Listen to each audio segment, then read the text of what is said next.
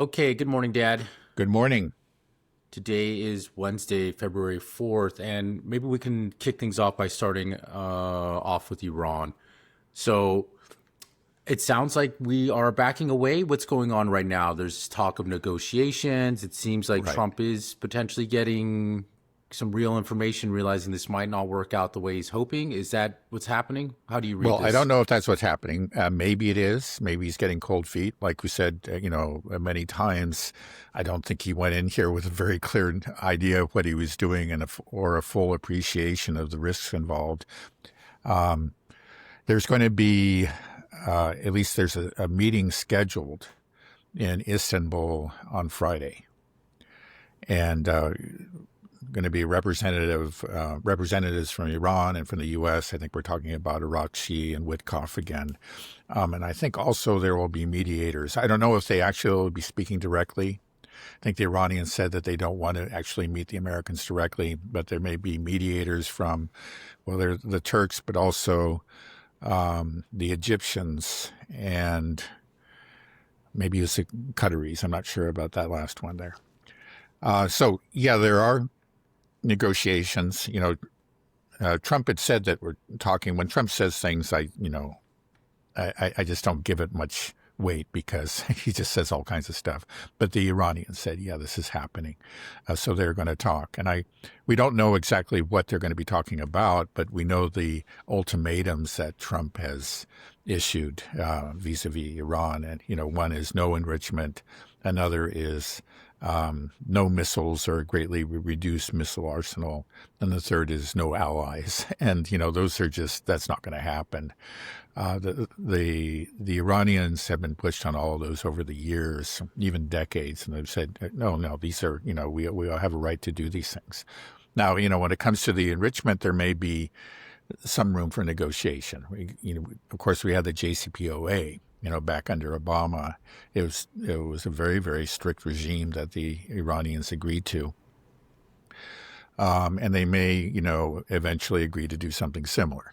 And it'll probably be not significantly different. Maybe it will be different in some aspects. And then Trump can say, this is a much better agreement than Obama had, and walk away from it. That's what we can hope for. That's the best, that Trump is kind of appreciates the risks and is looking for an off ramp.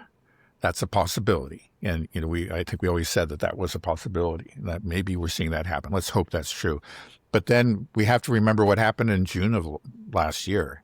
There were negotiations ongoing, and the Americans and the Israelis used that as a cover to launch a surprise attack on Iran. And maybe he's trying to do the same thing. Or another possibility is perhaps he's getting a lot of pressure. I think this is certainly true from his Gulf monarchy allies or friends. I wouldn't quite call them allies, but who really don't want to see this war happen and are pushing him to do something, to negotiate. And he said maybe he and some of his advisors have decided that, well, we need to at least go through the motions, to placate our Saudi Arabia and the Gulf monarchies. And maybe that's what this is all about. They'll, do it. They'll just say, the Iranians refused. Now we have to go ahead with our attack. Do you think it's wise for the Iranians to even attempt to engage in negotiations with America? It's a difficult question. They actually have reversed themselves, because before they had said that they're just not going to negotiate with the Americans unless they have an absolute, agree that their agreement, a firm promise. I don't know what that would be worth, but that the Americans or the Israelis would not attack.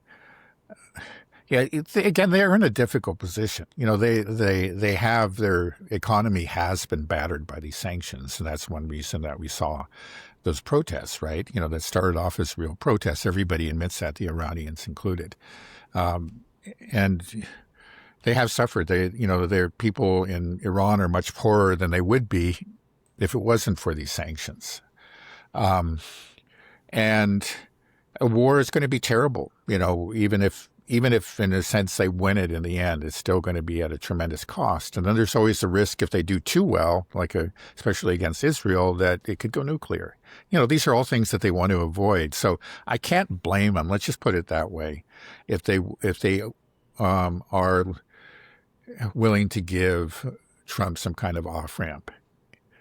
Part of me says, don't talk with them. These guys, look what they did to you last time. Just don't even speak to them. But then the other, you look at what war could really entail and you say, okay, well, I think, though, they have learned their lesson and they're not going to let their guard down. They certainly shouldn't. If they do, they're just idiots. I'm sure they won't let their guard down during these talks. And they'll be aware that there's a chance that, a strike could come out of the blue at any moment.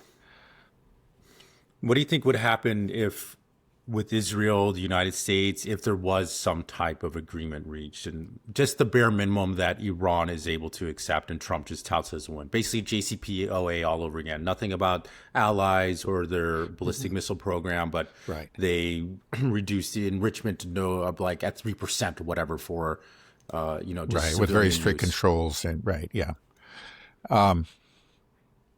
well, it certainly makes it. I think Trump would certainly declare that as a great victory, and very happily leave and say, he made another peace deal. That's what he'll say. And good, let him say that. Even if the fact is that he tore up the previous one, and if he just had renewed that and maybe made some adjustments to it, we would have avoided all of this. But let him say that.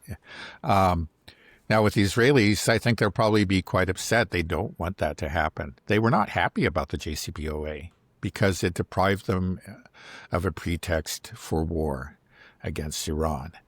And a new JCPOA would do the same. Now, they would start working to undermine it in some way or another. They succeeded with Trump. Again,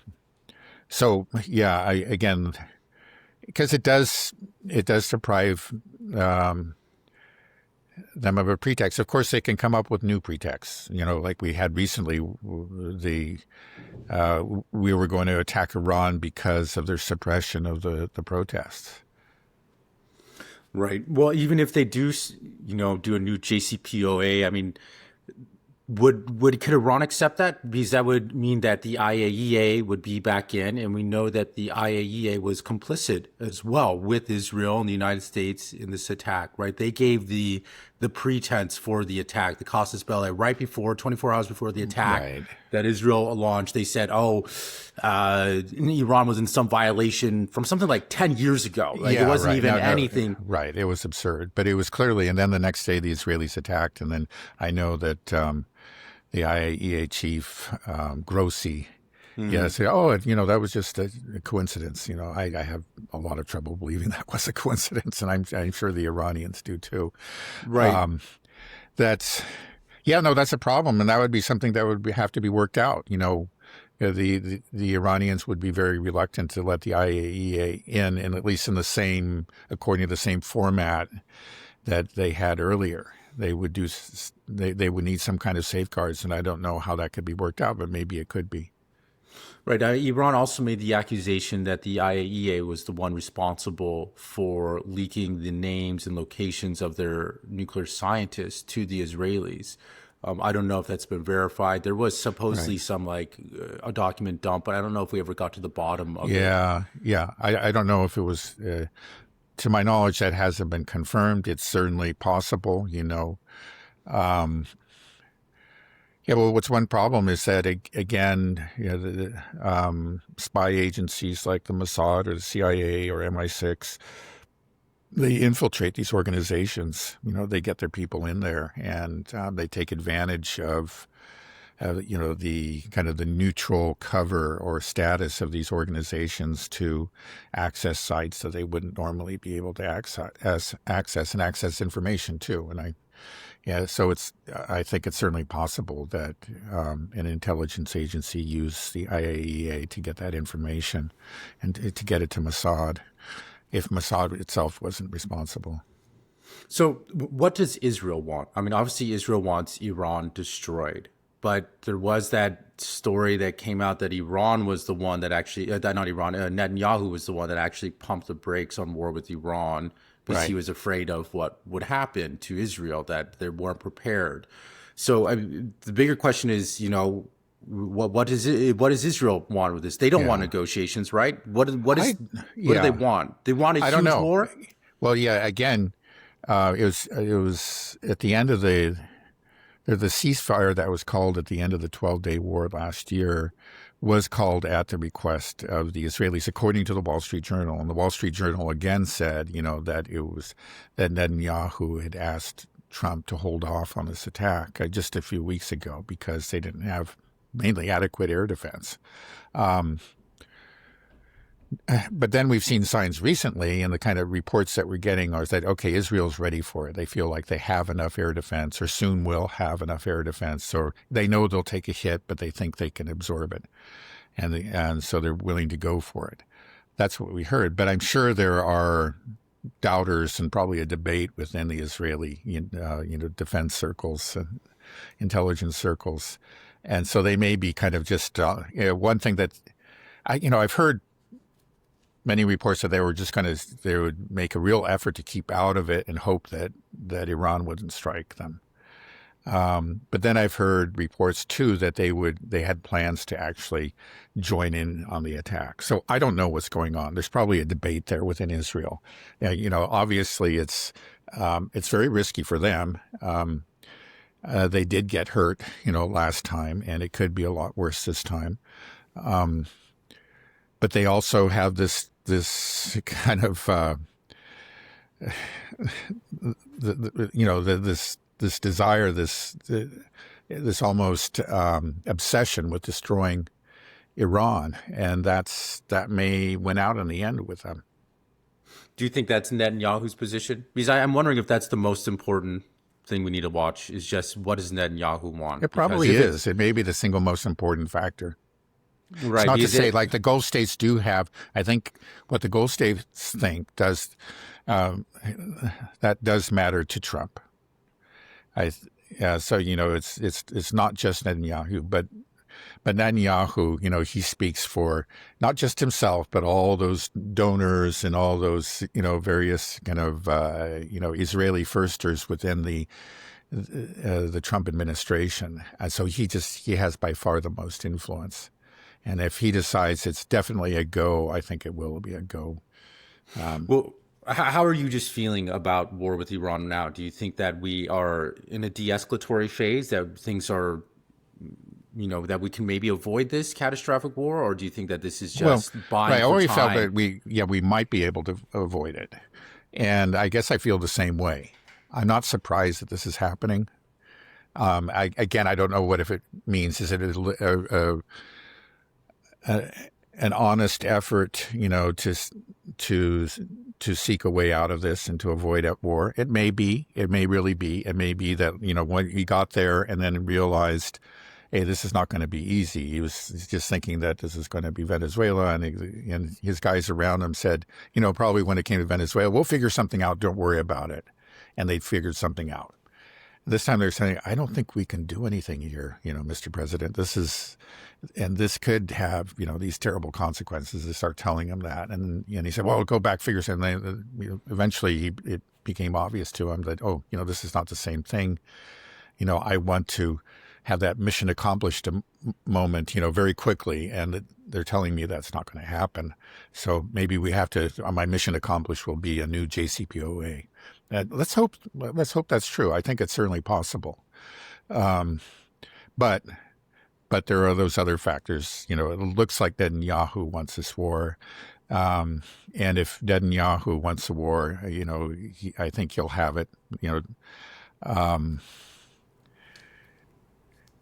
So, yeah, I guess I don't really feel too different than I did before. There's a chance, again, that we'll avoid this, but that armada is there, the momentum is there, the Israelis apparently want it, and there are many people around Trump that want it. And then Trump himself, he yeah, he wants to strike Iran. He just wants to he wants to do it in a way that lets him get out of there and proclaim victory quickly. And there may be there are clever people around him that may come up with some plan that seems to work, and that he'll go for it, but probably it really won't succeed. That's the danger. Yeah, I just whenever I hear these negotiations are happening, it doesn't sit well with me. First of all, because we know what happened in the last negotiations, but then it's just because it's always Iran that has to make concessions that will. I would want it to be why doesn't Iran make more demands? Like in the 12-day war, for example, you said it was Israel that was the one, as reported in the Wall Street Journal, that is saying, "Hey, we need to stop this. We're getting hit hard. This we can't continue." Like, isn't that the point where Iran should make some demands? Be like, okay, we got him on the ropes. Pull out of Gaza, end this genocide. This is, you have the power. They're on the ropes, and then it just stops and nothing happens, and then starts over again. And now it seems like, okay, Trump might be getting cold feet. Shouldn't they try to say no, make a demand like, you have Israel pull out of Gaza, move to phase 2. We're Iran, we're throwing our weight behind Trump, your peace plan. We're going to your Gaza ceasefire plan. We want to see it enforced. It needs to be a true ceasefire. Every day there's, they just bomb refugee tents in Gaza, and then nobody does anything. Like, why can't that happen? Right. Another 21 were killed, and a number of them in their tents. This is, well,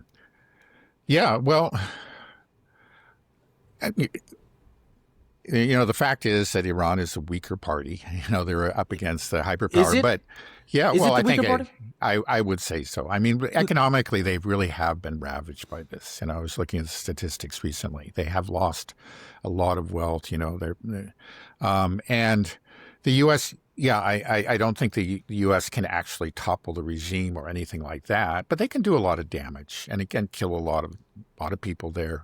Cause a lot of misery. Impoverish them further. And then you have, I think maybe you're right. That would be at least a good, from a public relations point of view. I doubt that, there will be a lot of pushback and screaming, but it would really kind of put the U.S. in a particularly, kind of in a difficult position, and maybe it really would work on Trump. I like that plan. Maybe it's something they'll do. That would be neat. Just say, let's see phase 2, and let's see Israel actually abide by the ceasefire. But then the thing is that the truth is that Trump is not an honest broker. Again, this ceasefire was never observed by Israel. We just mentioned the 21 that were killed this morning, the 32 just the other day. They just haven't stopped killing Gazans. They just do it all the time, and they're always moving the line, and they still aren't. Now, they opened the crossing just the other day, and they were supposed to agree to allow 50 out a day, which is actually just a pitiful number. There's 20,000 patients in urgent need of care. 1,500 have already died, just waiting. It was supposed to be opened back more than 100 days ago when the ceasefire began. Now they're just letting out dribbles, like 5, 16. Today they just shut it down for some paperwork reason, and they're just playing this game. It's and Trump is there. Trump's not calling them on, pushing them to comply with it. I don't see any signs of that. So I don't know that it would work. In the end, he's with the Israelis, but it would be, but it would shed more light on it. It would expose the hypocrisy.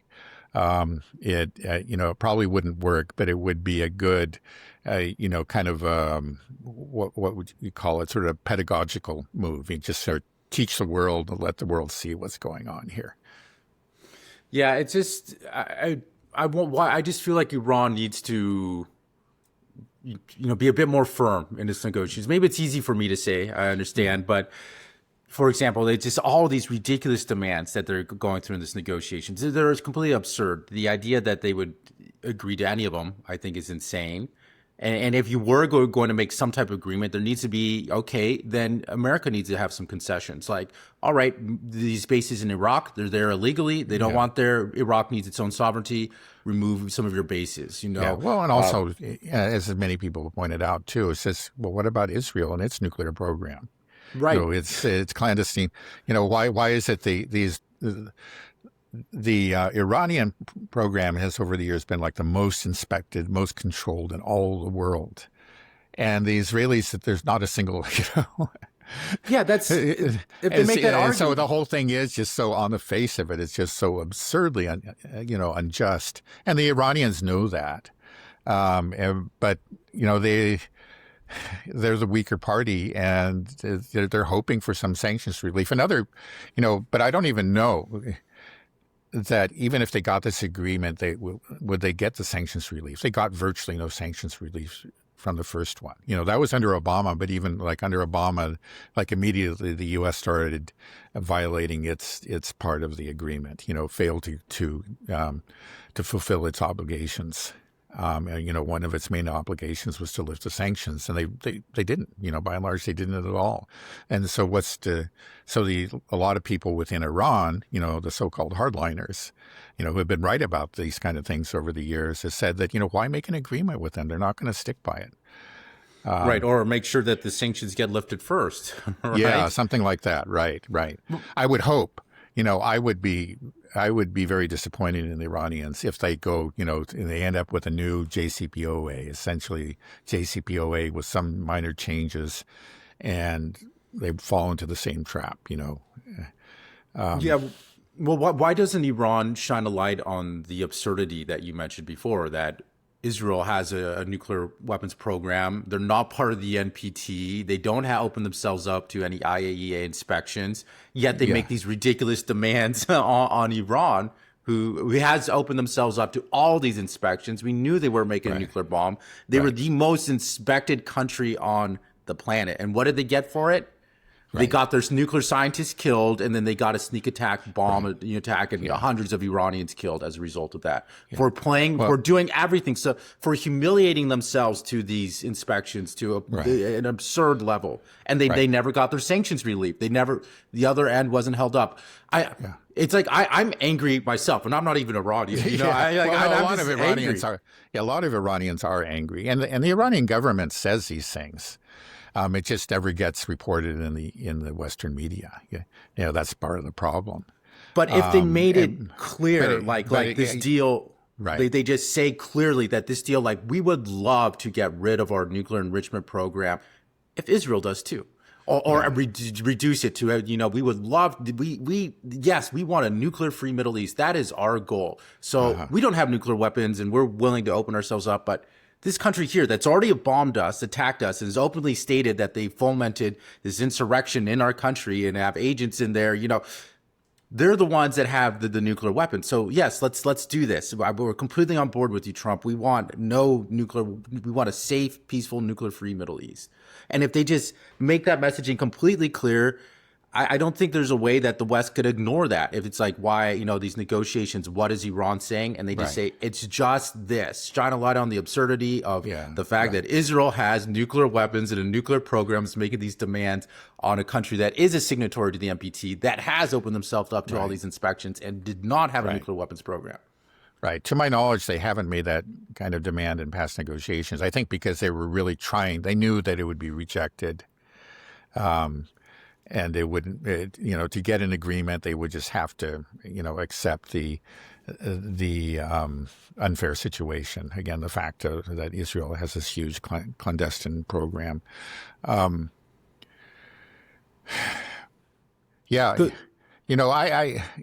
understand that, maybe they'll do it. It's just that it's. Again, I think they're looking at it, they know the injustice of it. And it's something that they do talk about. Again, it's just not reported here. They haven't made it, to my knowledge anyway, they haven't made it a part of their negotiations in the past because they were just being realistic and trying to get a real negotiation. Now, maybe at this point, you should just throw that caution to the winds and say, look, we even negotiated one. Then it tore it up, and then they started new negotiations that attacked us. What are we doing here? Let's just use this as a platform to show the world, what's going on here. I can see that argument. I bet there are other, a number of Iranians, many that would agree with you. But I don't know that that's what's going to happen here. Yeah, what Iran needs to do, and they've already done it, is the real battle is that the court of popular opinion. And in this battle, Israel and America are the weakest they've ever been since ever, I think. Yeah, well, that's a good point. I mean, it really is. Right, both of them have lost a lot of their soft power over the last couple of years, and yeah, so maybe that's a battle that maybe they could win. Yeah, Right, and I mean, just think about the position of Iran right now. I mean, countries like Iran, I mean, in China, these are countries that have probably the highest standing they've ever had in amongst Western countries in the past 50 years or longer.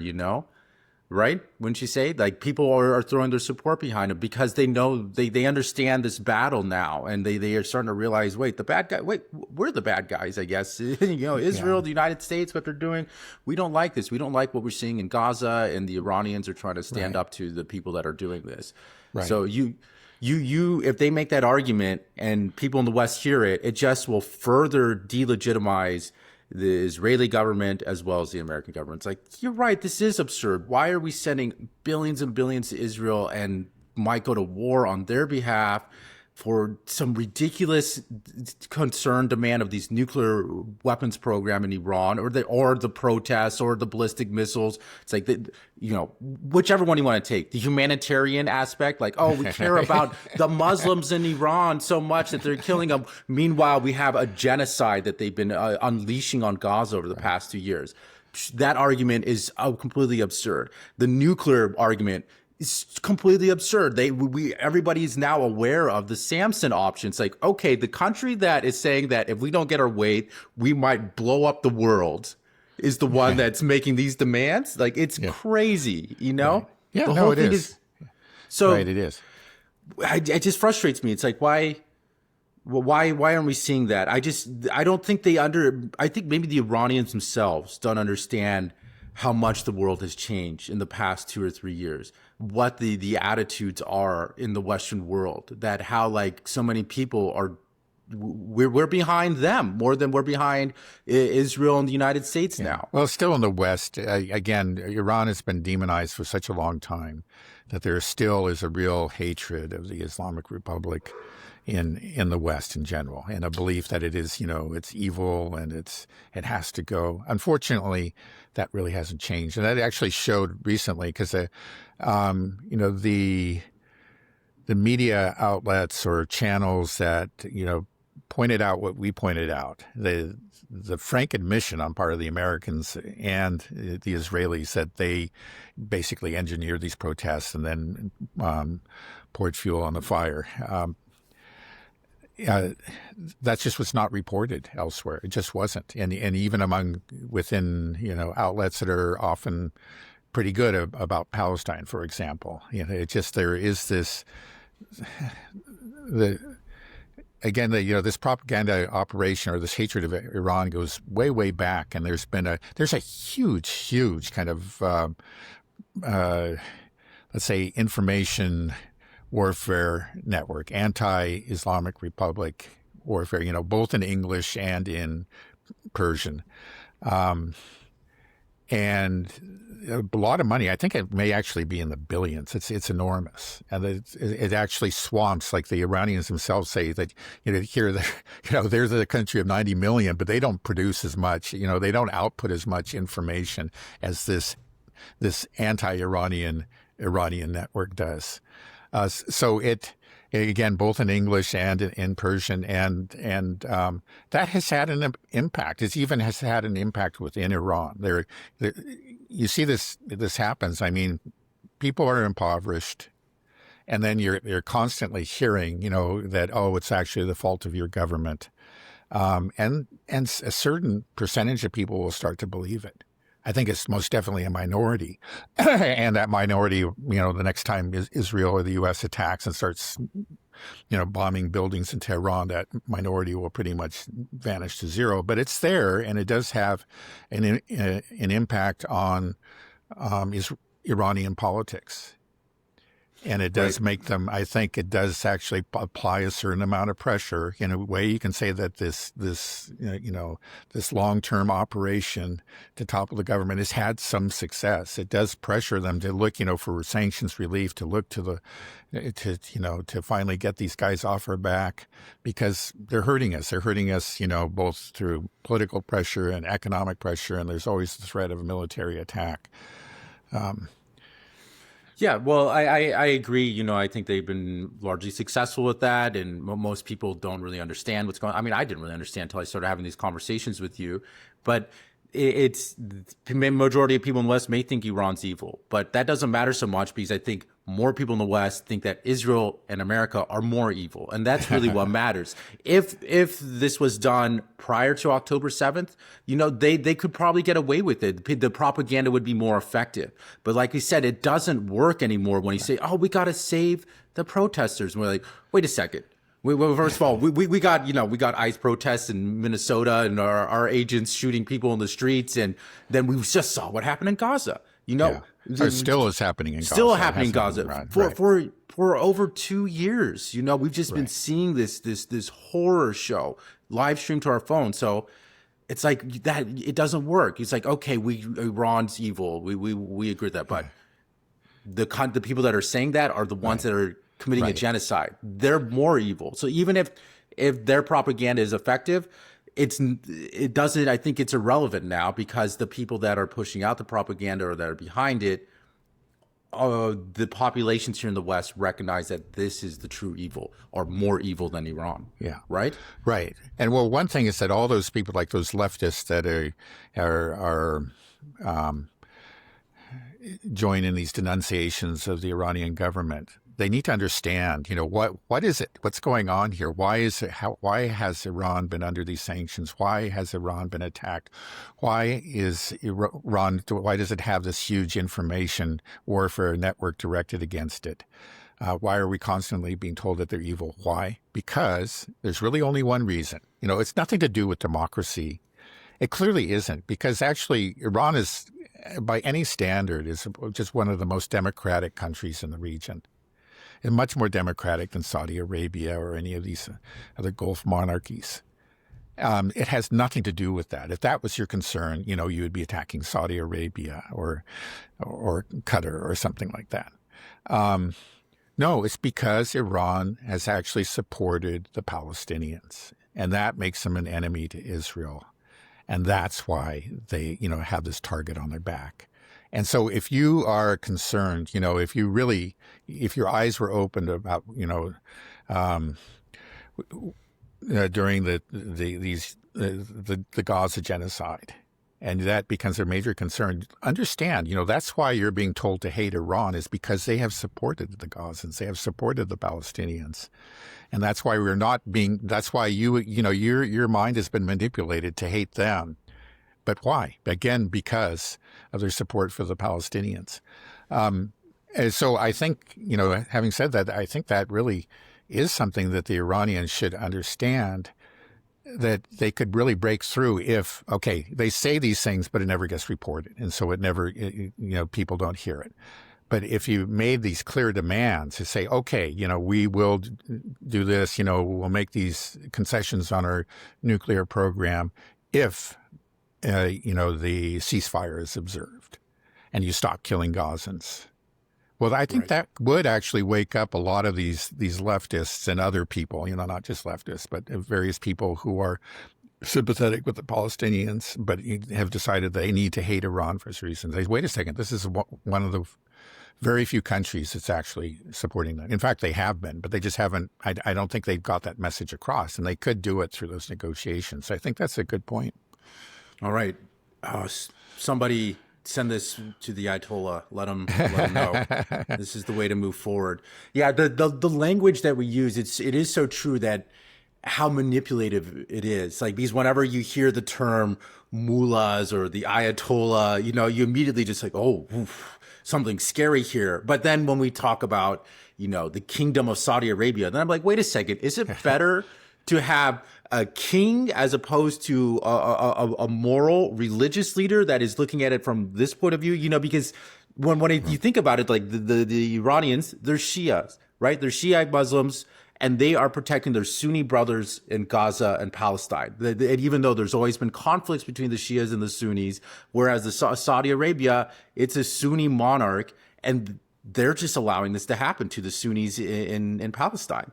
And so you just start to think about, like, you know, that in our mind, like, oh, somehow a king in Saudi Arabia is good, but this religious leader, the Ayatollah, is somehow evil, because we've just been told, like, it's just part of just making Islam just like an evil thing, and that somehow represents some evil, the great Satan. Yeah. But it's all getting flipped on its head now when we start to realize, like, wait a second, who's the great Satan?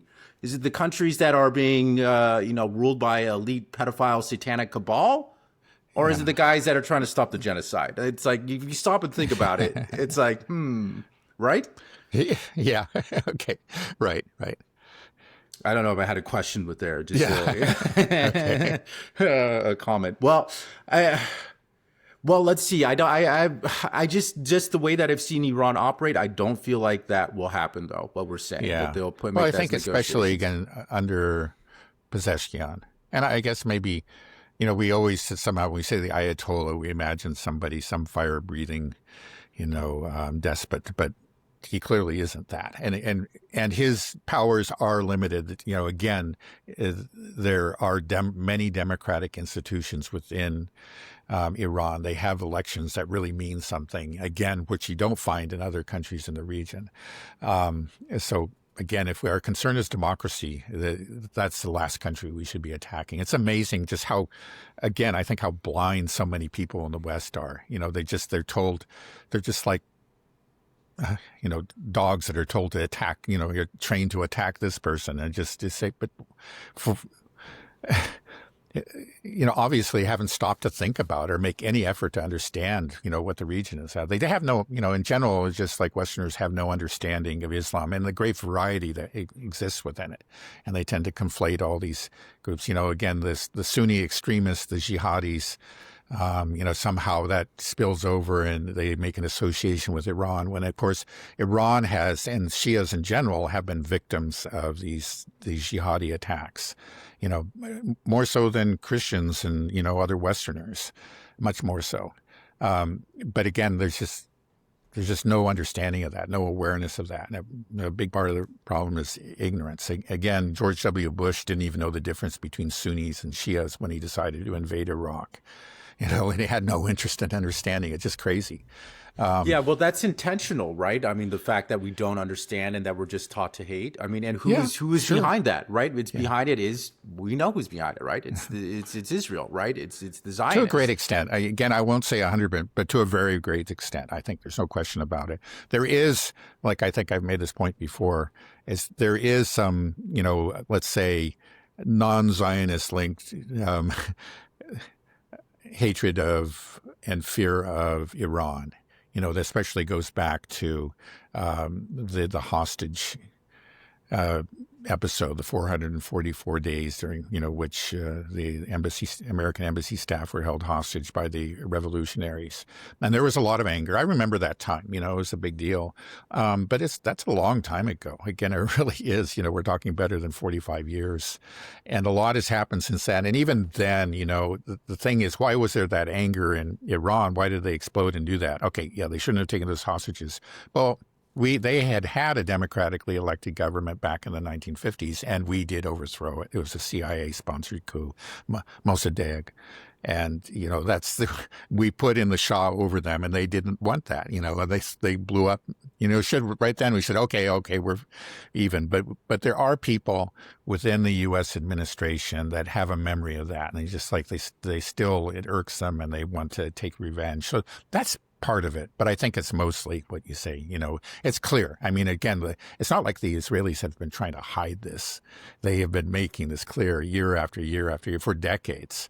I remember, I think it was maybe it was the editor of Middle East Eye or something. He said that like he actually met Netanyahu way back in the early 2000s. And the first sentence that came out of Netanyahu's mouth is that, we've got to destroy Iran, or, something to that effect. Yeah, we know that this has been his lifelong dream.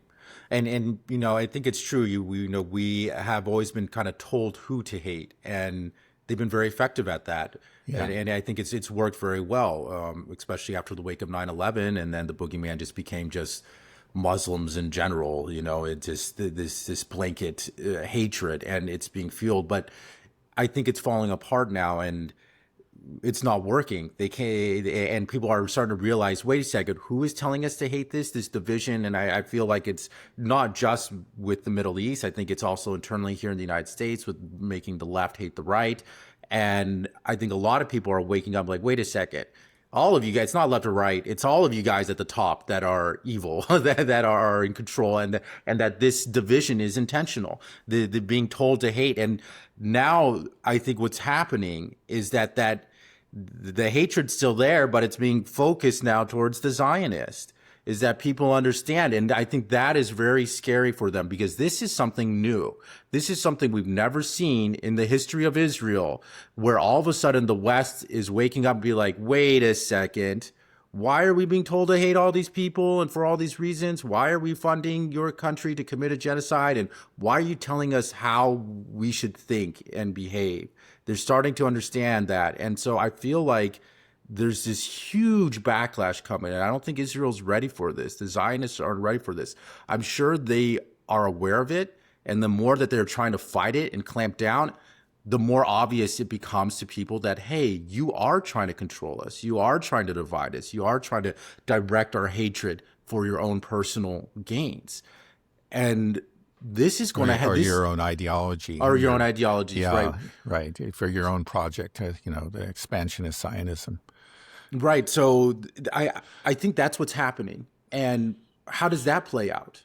As this, because it's, sometimes I feel like I think we're in a bubble. Like I get worried, like, are we even allowed to talk about this? Because are we one of the few people that have been awoken, and we're part of that, the small people that are noticing these things, and now we're speaking about it, and we got to be careful. But then I go on just social media, on Instagram, whatever, it's everywhere. Everybody knows. There's all these hilarious memes like, people waking up realizing I have to pay taxes to Israel so that they can continue their pedophile cabal and their, whatever it is. It's so, I think anybody under the age of 40, the vast majority of those people are aware. And so right. Yeah, I don't know if it's a vast majority, but I think it's in truth a majority. There's no question about it. That's what the polls are showing. People are like 35 and under. There's been a remarkable shift, and it goes across the political spectrum. It's stronger on the left, but it's quite significant on the right too. Right. Yeah. So it is for real. And again, the Israelis and in general, these Israel firsters are aware of this, and they are panicking, and they're doing things. They're buying up. We've talked about all this. They're fighting the battle on the Eighth Front. It's so they know it's a real problem. Right, but they can't win this battle because they're in the wrong. The only thing that they can do is go more and more authoritarian. And the more and more authoritarian you go, the clearer it becomes, and the greater the potential backlash and the anger. And especially if you think about, we said it's like people under the age of 35. These are the people that you need to have go fight your wars for you, right? Mm-hmm. Like, so if you're going to go to a war in the Middle East and you need to get conscript soldiers, or even the existing soldiers, that people that are in the active service right now, like they know how to use social media. They get in contact with their peers back home. I'm sure a lot of them are starting to wake up and become aware of it. So like this in itself, just how can you get these people to go fight when you're saying like, okay, go fight, we're the bad guys? It's not going to work. Yeah. Well, yeah. At least that's what I... Yeah, no, it's right. You're right. I think it does look pretty grim in the medium to long term for the Israel firsters here. I think that they are losing the war. They're losing control. They're fighting back, and they may have some successes. They may win some battles, but I think they're going to lose the war. How can they win? I mean, it's going to just be... Well, again, there is that kind of very large, uninformed, generally apolitical, center part of the spectrum that, became aware of some of these things, through algorithms on TikTok. That's gone. And we're seeing something similar happening on X right now. So that is going to have an impact, but I think it's only going to slow down the process. And it may, for those who are aware or, we're just becoming aware, they'll become even more aware. They just say, wait a second. It's just like, it's just the intervention is so obvious. Like, you said you went on TikTok and you tried to put that, it was just actually the speech that Scott Bessent gave, our own Secretary of Treasury, and they shut it down because we're not supposed to know about this. I mean, that's quite extraordinary. That actually has nothing to do with Zionism, I would say. Well, no, it did, because it was about Iran. It was definitely linked with it. Okay, yeah, forgive me. But it's just so glaringly obvious that it just got to make people who are already aware of becoming aware just going to be that much more aware. Yeah, well, the thing is, people are creative when it comes to censorship. You can't, they can never lock it down. When it's already reached this critical mass and people understand, there will be always some type of, people will adopt a different wording or a picture to symbolize whatever it is. I remember when I was in the lockdowns in China during COVID, like my time in China was amazing, except towards the very end. It wasn't until Omicron got into Shanghai, and before, actually, people don't believe it, but the first in 2019, 2020, 2021, it was actually quite open in China. They really did achieve COVID zero. You can travel around free. But then in 2022, in the spring, some Omicron came in and we had a total lockdown. So I was locked down in my apartment for over a month. And people were getting very upset in Shanghai. I mean, you shut down a city of like 30 million people completely. People were getting upset, but the government wanted to achieve this COVID zero, so they had this draconian policy, and then they were trying to stop people kind of protesting online about it, but it didn't work. Everybody knew, of course, and so what became, everybody started posting just on WeChat, just a white picture, just a blank white picture, and that became a symbol, and everybody things like that you can't stop. And then another one was just a song that got played over and over again that started going viral. So this is just an example of China, which has very strict internet controls. They can't do it, and they understood. And after a while, they realized, okay, we can't achieve COVID zero with Omicron. And then they rapidly changed policy and said, everybody has to look out for their own health, their best, Right. Good luck, everybody. And then it was over, but that's kind of how it happened, Right. Yeah. Well, I think that certainly applies to those people who are already aware, of what's going on. Aware of Zionist influence and aware of the genocide in Gaza, and those efforts to censor, to hide information from those people, which is now a considerable portion of the population. Where before we're talking about much less than 5%. It's like, I don't know, 20% or something now. I don't know, but it's a considerable portion of the population. Yeah, they're going to find lots of ways. It's very easy, to find uncensored sources of information. My concern is those people who don't, are apathetic or uninformed, and before it was algorithms would actually sometimes push information to them that would wake them up. And those people, it's going to be harder to wake up those people. I think that's the problem. We'll see. I think that the people will get creative and will find ways. I don't think they can lock it down, but yeah, maybe people will, those activists will find ways to get that information out to those people that need to see it. Right. Okay. Well, maybe we can pivot to somewhere else real quick. You mentioned you want to talk a little bit about Gaza, so maybe we can. Well, actually, we did. I just wanted to say and mention what was happening with the Rafah crossing, and then we had another, 21 people killed this morning, and which is, kind of in recent days, we're just back to where we were before the ceasefire. The rate of killing went down and never stopped. People were being killed every day at a rate of about 5 a day, but now it's gone back up to close to where it was before. And then I haven't heard a peep from the administration or from any Western authority. Maybe somebody has been critical of it, but I haven't heard it. But I did want to just talk briefly about Venezuela. Okay. And The reason is, I read a very interesting piece, or a couple of interesting pieces actually, by Craig Murray, who is quite an interesting character. He was a British ambassador to Uzbekistan, and he was also an associate of Julian Assange. And I think he has he says he knows like who was behind the leak, that has been pinned on the Russians. All those emails, I guess, that revealed the machinations between the DNC and Hillary Clinton. Right, that was the mainstream story. Was the Russians were behind it. And he says, he actually knows who was behind it, because he was present at and very familiar with the characters involved. Well, anyway, so quite an interesting person. He has made a point of going to places that are being underreported. For example, he went to South Lebanon several months ago, and he said he was the only Western reporter in all of South Lebanon.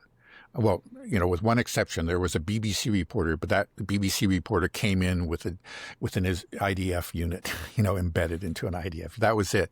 And, he reported on, the constant bombings and demolitions, and he filmed, and it was terrible what was going on there.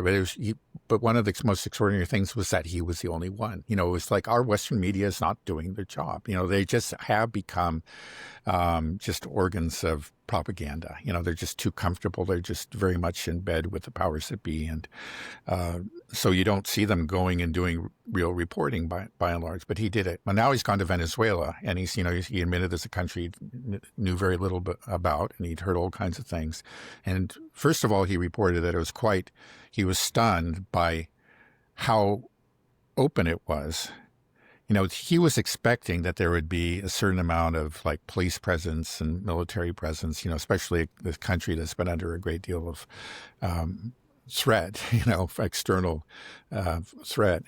He says just not a single checkpoint, and nobody stopped to question him about anything. And then he'd also heard about all these terrible shortages, and then, that all the shelves are empty. He went in, randomly entered all kinds of stores, no evidence of that.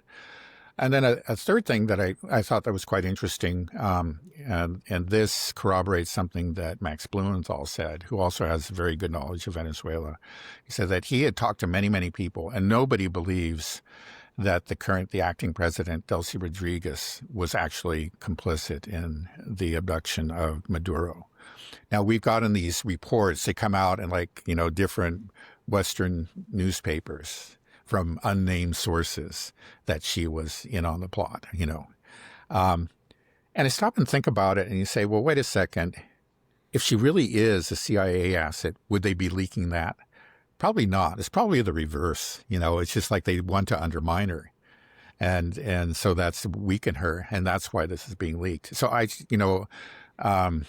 lot of people, including within the dissident media and myself have wondered about that and thought, oh yeah, maybe she really was complicit. It certainly, and maybe she was, but let's be aware of these people who have actually gone to Venezuela, and Max Blumenthal, who's met Delcy Rodriguez and really knows the place very well, has been there many times, says that he just doesn't believe it. So people that actually know something about Venezuela are saying, no, they don't believe it.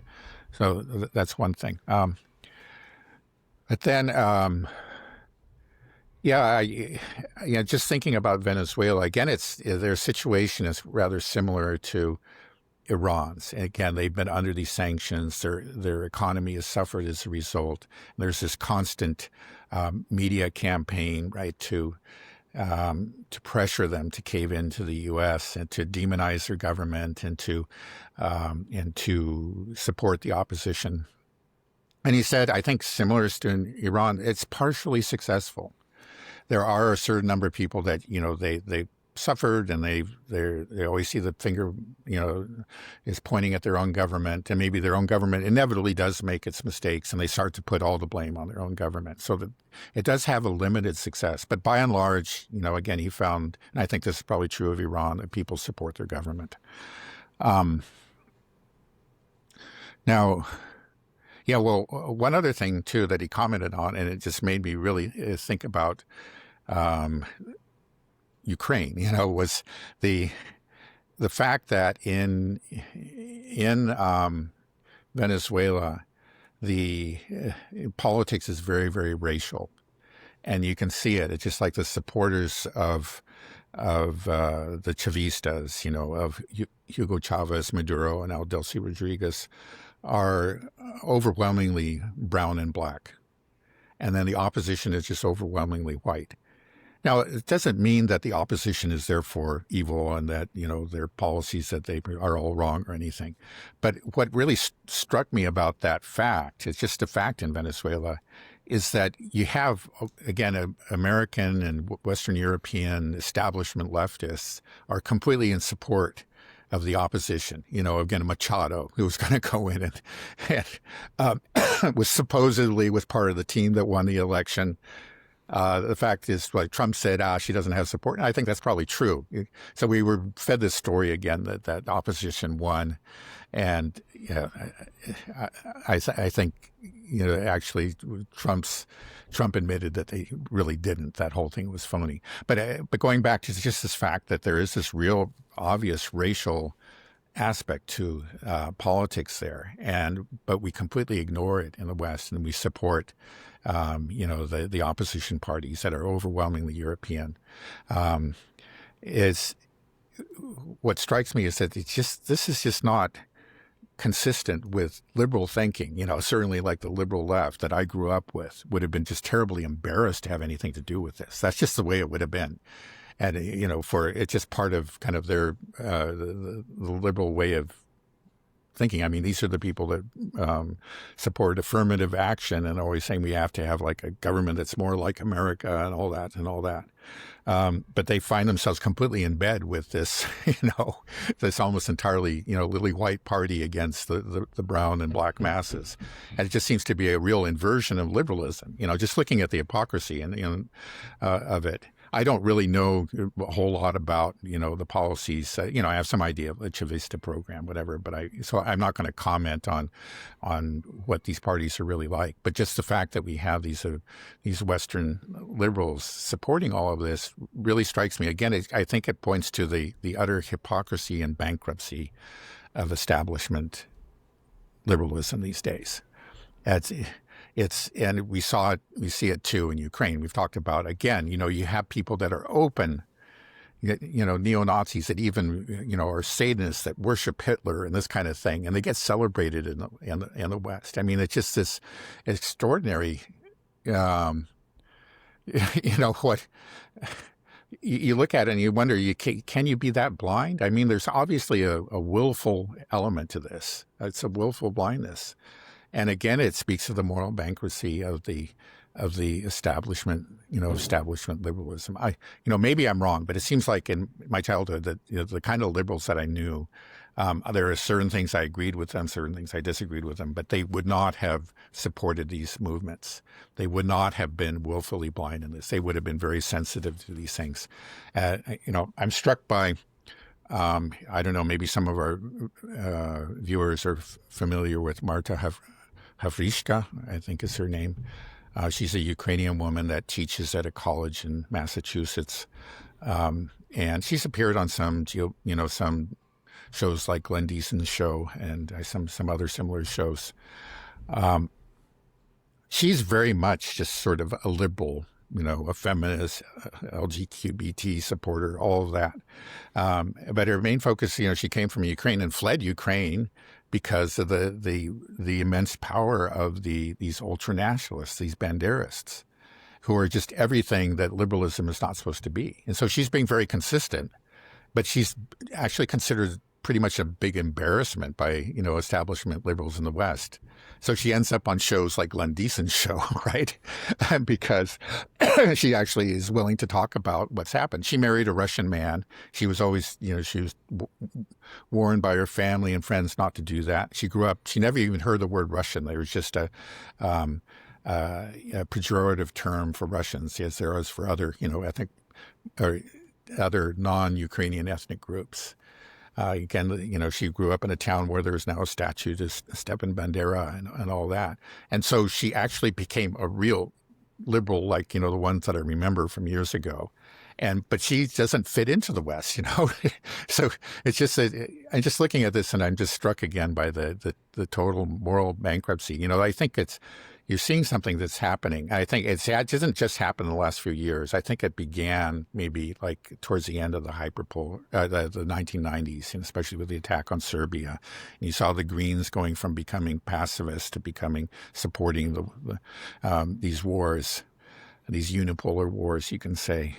There's really been a hollowing out of this ideology. So they still use the language, but a lot of it is just completely meaningless. It clearly is. When you talk, you're supporting Ukraine as this great democracy. It's just so absurd. It's beyond absurd.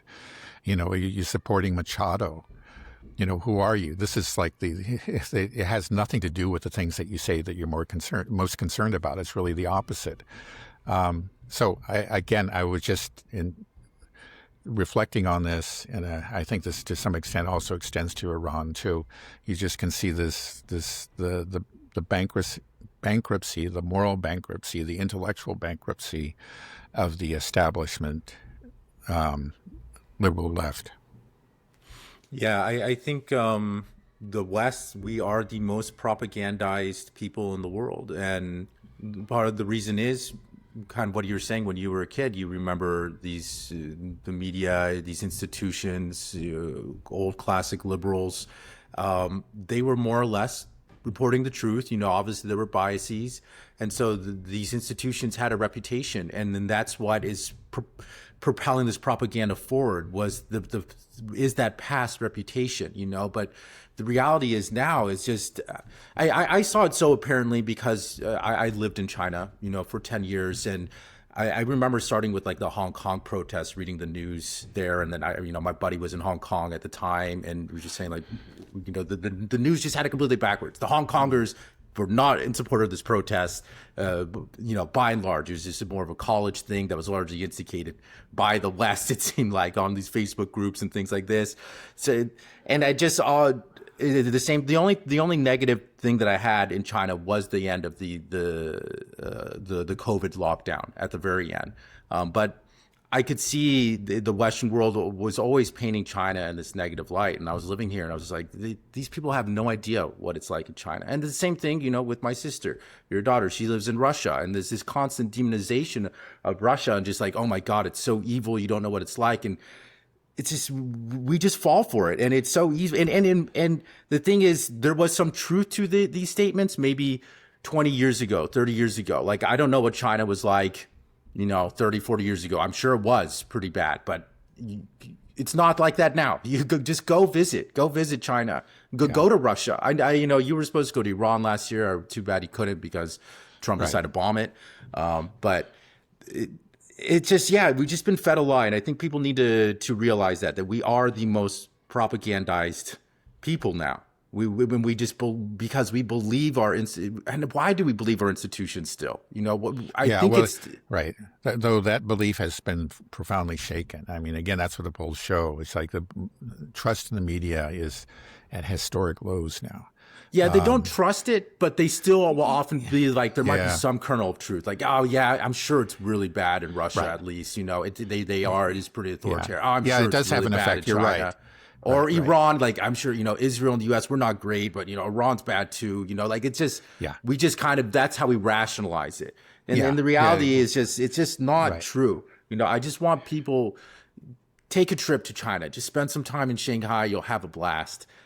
Message me if you're going to go. I'll tell you where to go. It's China is so much fun, and go to Russia. Again, I've been, your mother and I went there 3 times to visit your sister, and we had a great time and nothing but pleasant experiences. Right.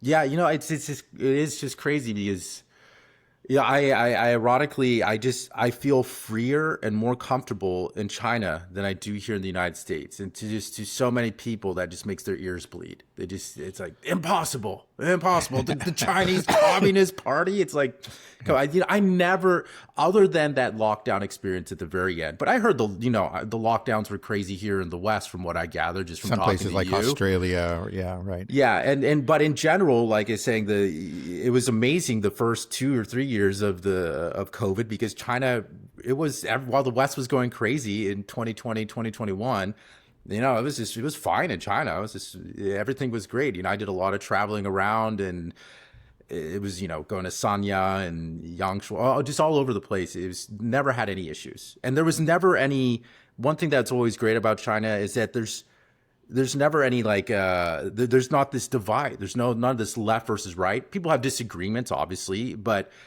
for the most part, nobody was like, you have to put a mask on, or asking, are you vaccinated, or you do this. It wasn't a thing. Just people, just where everybody was normal. While the West was, they were going at each other's throats, and it just that wasn't like that at all. It wasn't like that at all in China. We didn't have that. It was just a completely foreign experience. Even when I came back, kind of post COVID, there was still that lingering. Which side are you on? I was like, this is weird, man. This is weird. I didn't like it. Anyways, maybe we can end it there. Okay. All right. Have a good rest of your day, Dad. Okay, you too. Okay, I'll talk to you soon. All right. Bye-bye. Bye-bye.